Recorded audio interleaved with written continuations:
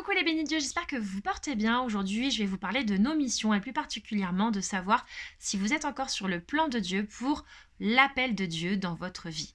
En effet, Dieu a un plan pour vous et ce plan, il va vous rendre heureux et il va bénir tous ceux qui vous entourent. C'est le vrai appel, la vraie mission. Il y a des gens qui ont la santé, qui ont une famille, qui ont un travail et qui pour autant ont un goût d'inachevé. Ils tournent en rond et ils cherchent encore leur bonheur. Tout simplement parce qu'ils n'ont pas eu cette révélation. Aujourd'hui, je prie le Seigneur pour que, tel un détective, vous puissiez être à l'affût du moindre indice pour reconstituer ce puzzle et avoir cette révélation de votre appel, de votre mission. Sachez que le mal, le diable, veut semer le trouble en vous.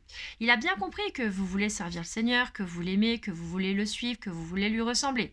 Du coup, il va vous présenter plein de missions différentes et il va vous faire vous sentir coupable si vous refusez une des missions qui semble être proposée par Dieu. Donc c'est une de ces tactiques. Maintenant que vous le savez, vous allez pouvoir être éclairé et avoir un discernement. Et quand vous allez avoir une proposition, vous allez rentrer en prière et demander au Seigneur Saint-Esprit vraiment, est-ce que c'est là que tu m'attends? Et il va vous répondre. D'autre part, sachez que lorsque vous avez donné votre vie à Dieu, c'est-à-dire que vous lui avez dit, utilise-moi et je veux te servir, il a mis dans votre cœur quasiment tout de suite, dans les jours qui suivent, lorsque vous avez eu cette conversion, cet appel, cette rencontre, des choses pour lesquelles vous êtes fait. Pour ma part, quand j'ai eu cette conversion, cette rencontre avec le Seigneur, j'ai été amenée à rédiger des classeurs de prières. Donc en fait, j'ai pris mon stylo et j'ai commencé à rédiger des prières pour chaque personne qui m'entourait. J'avais jamais vu ça, j'ai jamais entendu ça et d'ailleurs j'ai jamais rencontré quelqu'un qui a fait ça. C'est pour vous dire que j'ai pas cherché en fait à me dire tiens qu'est-ce que je pourrais faire pour Dieu. C'est venu de façon innée, instantanée. Et d'autre part, j'avais aussi à cœur d'évangéliser, c'est-à-dire d'apporter la bonne nouvelle, dire aux autres, voilà, j'ai rencontré Jésus, c'est merveilleux, il a changé ma vie.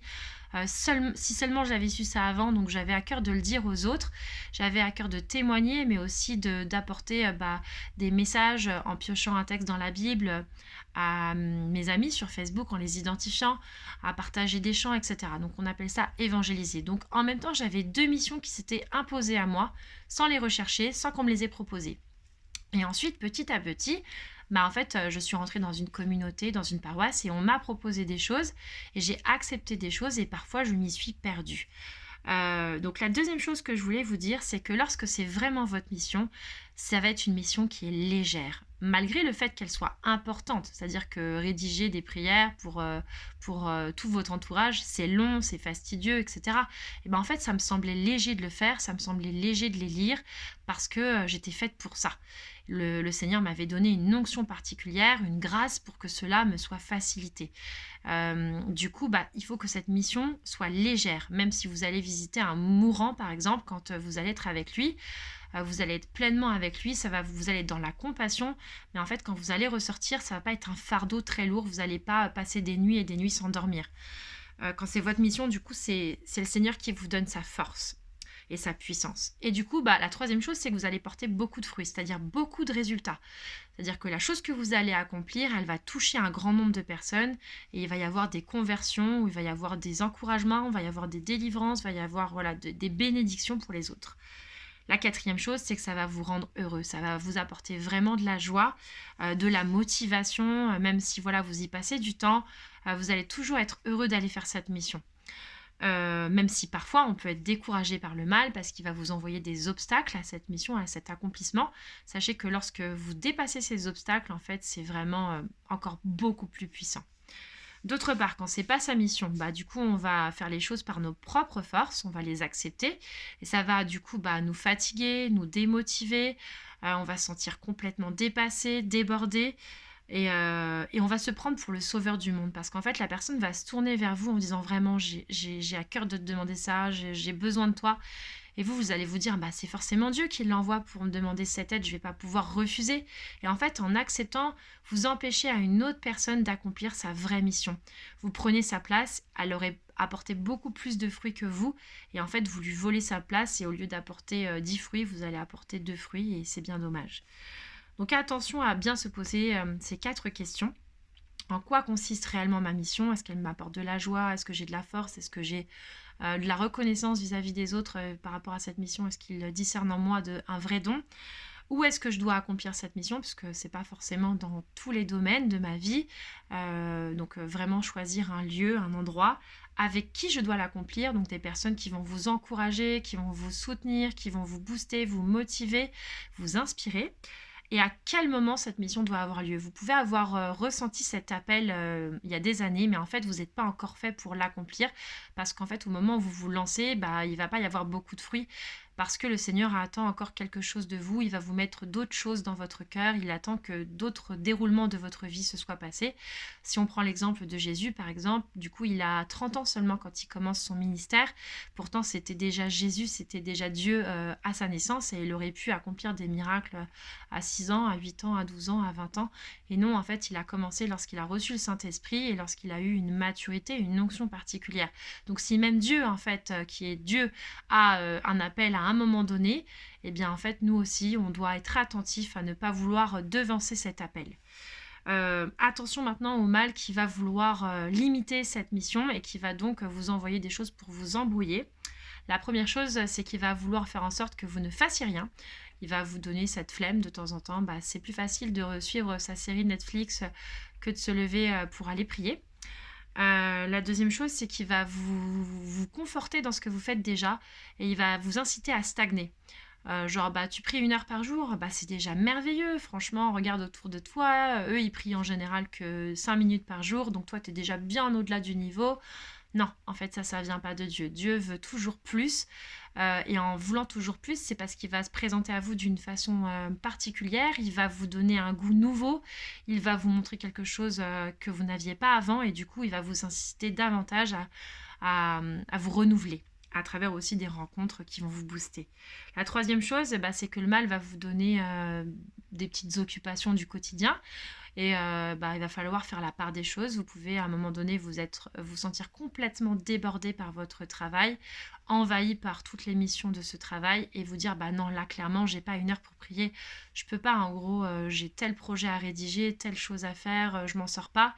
Comment c'est possible en gros de continuer à prier pendant 1 heure? Bah, en fait, quand vous allez prier pendant 1 heure, le Seigneur va vous faciliter la tâche dans votre travail. Il va vous faire peut-être gagner 3 heures sur votre réflexion, sur vos rencontres. Il va démêler les choses. La semaine dernière, bah, ça m'est arrivé. Dimanche dernier, mon mari avait une mission en église. Et du coup, bah, quand il est parti, je me suis dit, mais comment je vais faire? Parce qu'en gros, j'ai mon fils de 5 ans à gérer, mais en même temps, j'ai beaucoup de travail et je pense que je vais jamais m'en sortir. Et au final, en acceptant bah, qu'il parte à cette mission d'église, le Seigneur a pourvu et j'ai fait mais tellement plus de choses, dont la dernière vidéo d'ailleurs, à laquelle j'ai passé de 23 heures à 1 heure du matin à rédiger les choses, à vous faire cette vidéo. Et ce qui est marrant, c'est que j'avais dit au Seigneur, non mais là, il est 1 heure du matin. Demain matin, normalement, je me lève à 5h30 pour prier une demi-heure. Je ne vais pas le faire parce que je t'ai déjà accordé du temps et je pense que ça te suffit. Donc, j'ai mis mon réveil à 6h et MDR, il m'a réveillée à 5h27. Donc 5h27, j'étais au taquet pour prier, alors qu'en fait j'avais prévu de me lever à 6h. Et du coup, c'est ça que je veux vous dire, c'est que en fait, quand on accomplit les œuvres de Dieu, il vous facilite la tâche sur d'autres choses. Lorsque vous avez donc des soucis du monde qui vous est envoyés par le mal, ne vous dites pas je mets ça de côté, Dieu doit toujours rester au centre et le reste suivra. Quatrième chose, c'est qu'il va vous inciter à être des consommateurs plutôt que des acteurs. Vous allez à la messe par exemple et bah, vous êtes bien assis sur votre banc à écouter les lectures du jour. C'est tellement plus facile d'écouter que de se lever et d'aller lire devant tout le monde. Donc en gros, bah là, vous êtes consommateur plutôt qu'acteur. Et en fait, le Seigneur attend vraiment que vous aussi, vous puissiez agir et vous aussi, vous puissiez aider les autres à ressentir la parole de Dieu, par exemple, à la messe. Donc ne vous contentez pas de regarder ce qui se fait, il vous attend vous. Cinquième chose, il va avoir tendance, le mal, à avoir envie de vous isoler. Bah oui, en fait, c'est tellement plus facile de faire sa mission tout seul, on avance comme on veut, en fait, on est un peu un auto-entrepreneur, on fait les choses à son rythme et tout ça. Bah non, en fait, le Seigneur attend à ce que vous vous rassembliez avec des frères et sœurs qui ont la même mission que vous, parce qu'en fait, à plusieurs, on fait beaucoup plus de choses, on est vraiment inspiré, et donc vivre de sa mission seul, ce n'est pas possible, en fait. On est le corps du Christ, et on a tous besoin les uns des autres, et on apprend les uns des autres. Donc au final, je vais vous lister quelques différentes missions qui peuvent peut-être vous parler. Il en existe bien plus, mais voilà, je vais juste vous les lister. Faire la quête, donc aller ramasser des petites pièces à l'église, faire le ménage à l'église, lire des textes pendant la messe, faire de la réparation, des travaux en fait, du jardinage, voilà, en église ou chez des gens pour les aider. Faire de la gestion administrative, de la paperasse administrative, être au secrétariat par exemple de l'église, gérer tout ce qui est la communication, des logiciels, s'occuper des fleurs, organiser des événements pour récolter des fonds pour aider les plus démunis, par exemple organiser un loto, une brocante, etc. Faire à manger pour des lieux de rencontre, pour favoriser l'échange et les temps de prière.